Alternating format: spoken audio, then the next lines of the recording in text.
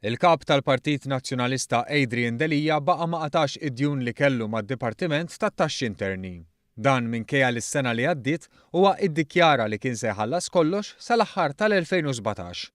F'konferenza tal-aħbarijiet il-ħamis filgħodu, il-Viċi Kap Nazzjonalista David Aġust tkellem bosta drabi dwar it-trasparenza. Iżda naqas milli jwieġeb mistoqsija ta' One News dwar il-kontijiet tat-taxxa pendenti li l-kap tal-Oppożizzjoni għandu mad-Dipartiment tat-Taxxi Interni.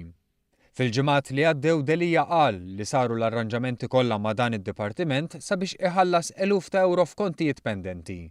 Madankollu Aġus qal li dawn in-negozjati għadhom għaddejjin. Aċċettabbli għalik li minn kien Dr. Adrian Delija qal li ħajħallas it-taxxa sal tas-sena għadu m'għamilx dan dejna sena ġdida. Hu pjaċira li saqsi d-domanda li m'għandax taqsam assolutament xejn mal-qasam tas-saħħa.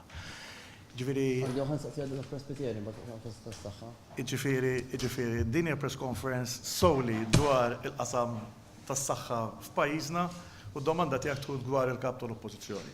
Kap tal-Oppożizzjoni diġà għamel id-dikjarazzjoni tiegħu, diġà ħarġet fil-pubbliku dak li l-kap tal-Oppożizzjoni qed jagħmel u għamel fiftehim mal-qasam tat-taxxa u dik tkun solvuta. Minkejja li f'Ottubru li għadda l-Kap Nazzjonalista Adrian Delija wiegħed li se jħallas ma' 80,000 euro f'dejn mad-Dipartiment tat-Taxxi Interni sal-aħħar tas-sena, irriżulta li kull ma għamel kien li bagħat proposta sabiex ikun jista' jħallas id-djun li akkumula sa mill-2015 meta f'dik l-istess sena ma ħallas ċenteżmu taxxa.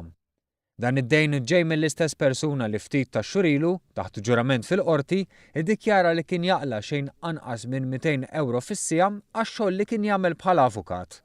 Dwar dan id-dejn mad-Dipartiment tat-Taxxa, Delija kien kritikat bl-aħrax minn ħatem Beppe Fenekadami u ex-kandidat tal-Partit Nazzjonalista Kevin Kassar, minn ex-kandidatu xandar David Tejk u l-Kunsillier Nazzjonalista Wayne Hewitt.